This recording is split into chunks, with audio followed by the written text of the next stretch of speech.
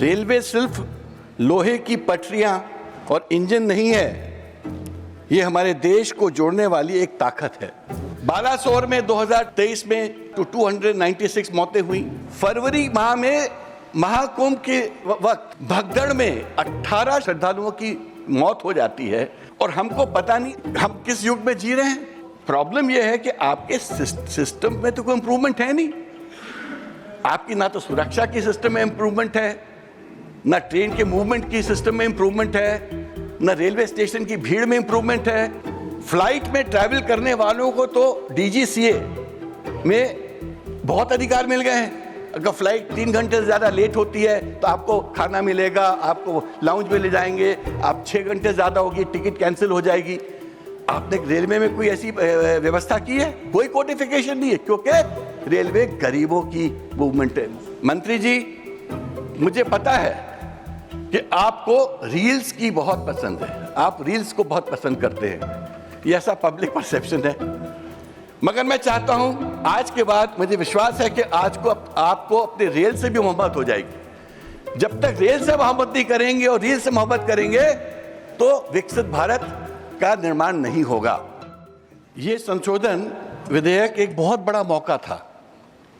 मैं आज ये स्पीच श्री जवाहरलाल नेहरू की कही हुई बात से शुरू करूंगा।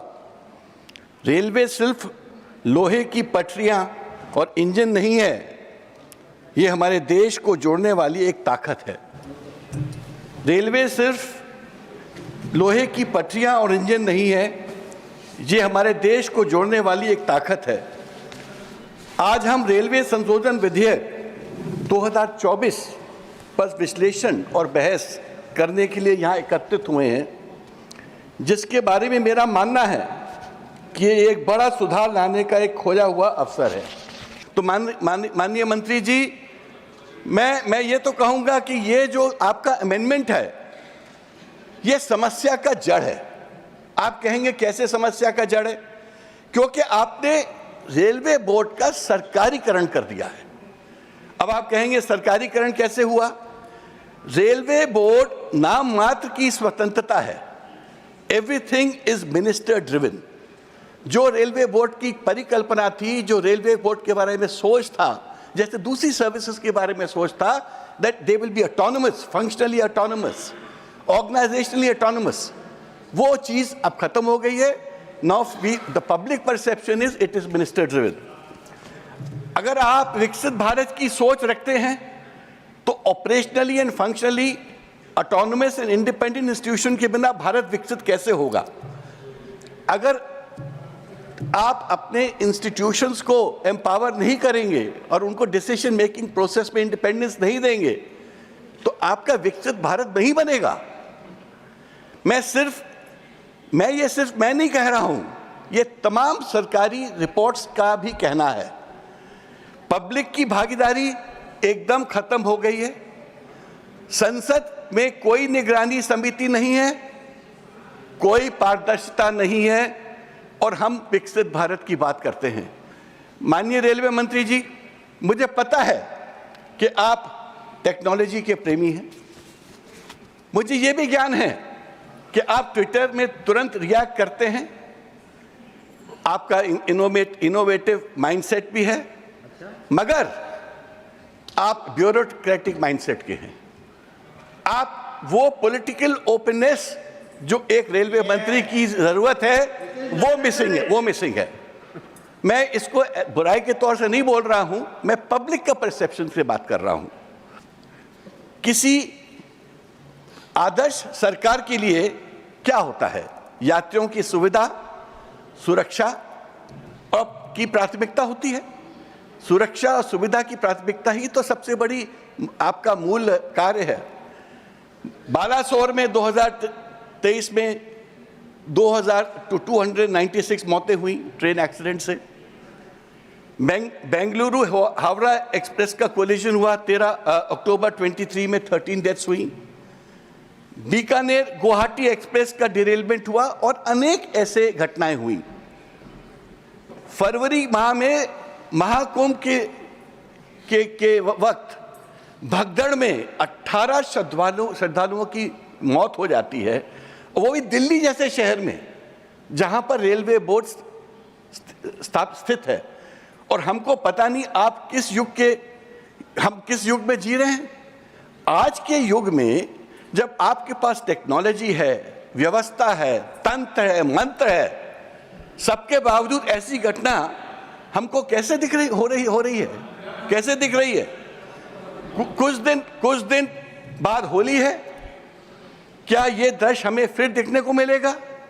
क्या हर त्योहार में यही हाल होगा, चाहे दिवाली हो, होली हो, छठ हो? और मैं ये सब इसलिए बोल रहा हूं कि वो जो ओवरलोडेड ट्रेन हम देखते हैं, जो क्राउडेड स्टेशंस देखते हैं, आज हम किस युग में हैं?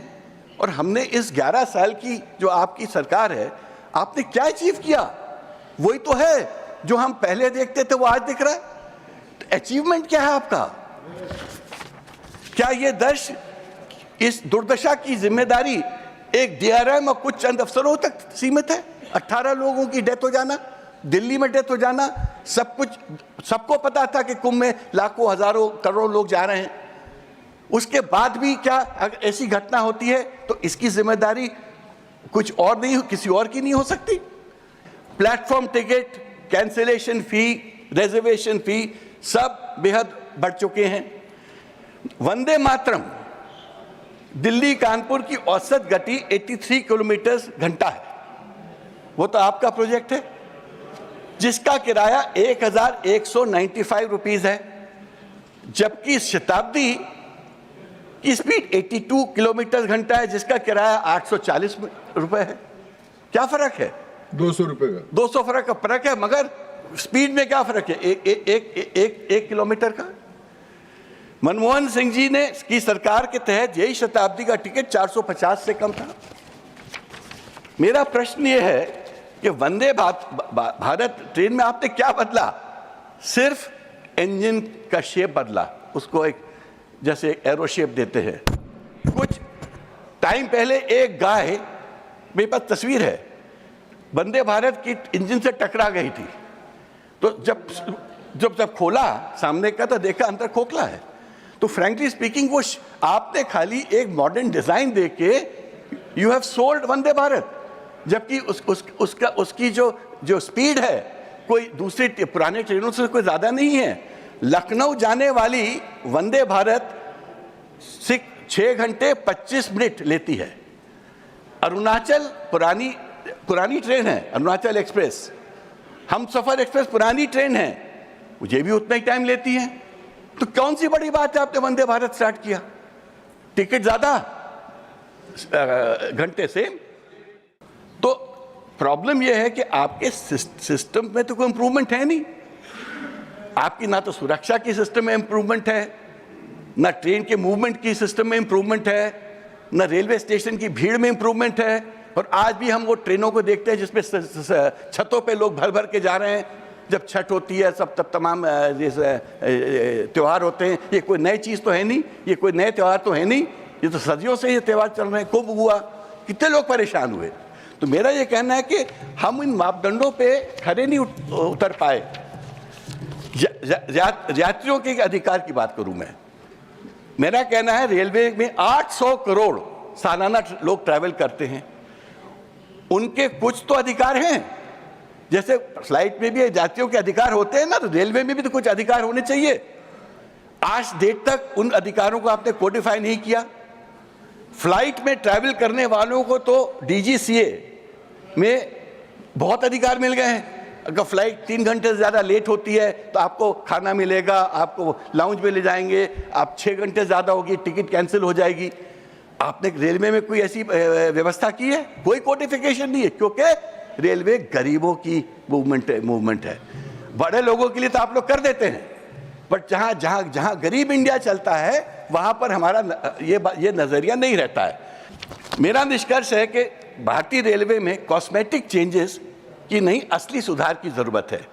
यात्रियों की सुरक्षा और सेवा को सबसे ऊपर रखना होगा। भारत को तेज ट्रेनें चाहिए, अच्छी टेक्निक और मजबूत सुविधा की जरूरत है, मगर ये उसके फेयर रीजनेबल होने चाहिए। मंत्री जी, मुझे पता है कि आपको रील्स की बहुत पसंद है, आप रील्स को बहुत पसंद करते हैं, ये ऐसा पब्लिक परसेप्शन है। मगर मैं चाहता हूं आज के बाद, मुझे विश्वास है कि आज को आपको अपने रेल से भी मोहब्बत हो जाएगी। जब तक रेल से मोहब्बत नहीं करेंगे और रील से मोहब्बत करेंगे तो विकसित भारत का निर्माण नहीं होगा।